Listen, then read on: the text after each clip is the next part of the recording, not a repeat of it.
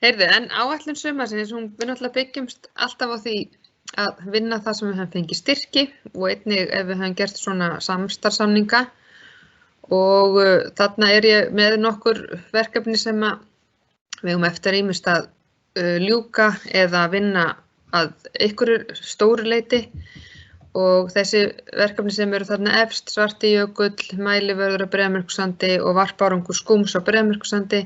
Þetta allt verkefni sem alveg á lokametrunum og lurkana heim, það sem sagt við fengum styrk í að verja lurka sem kom undan Breiðamerkurjökli, svolítið stór og mikil tré og það í raun og veru hjá Þjóðminjasafninu í svona forvörslu, þannig að við erum eiginlega bara að bíða eftir að tíminn líði og það verði búið að forverja það.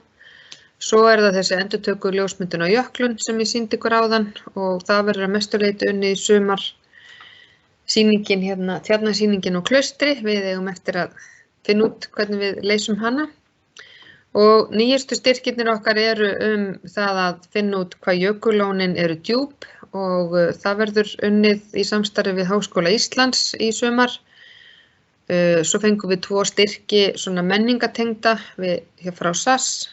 Tengist því að miðla vísindum með myndböndum, þetta vísband og fortíðarsamtal sem sagt við ætlum að taka viðtal við eldri konur þeirra náttúru upplifun eða hvað þær hafa skynjað í því hvað að gerast og breytast í náttúrunni.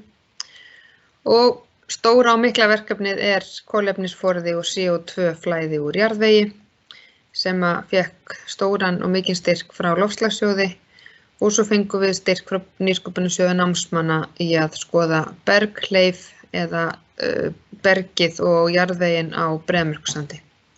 Þannig að nú ég búin að tala allt og lengi og hér ætla ég að sýna ykkur bara skúm og 2 skúmsegg. Skúmurinn, unginn að reyna að brjótast út úr öðru egginu. Þannig að þetta til dæmis svona efni sem við getum miðlað inn í vísband og það svona hugmyndin.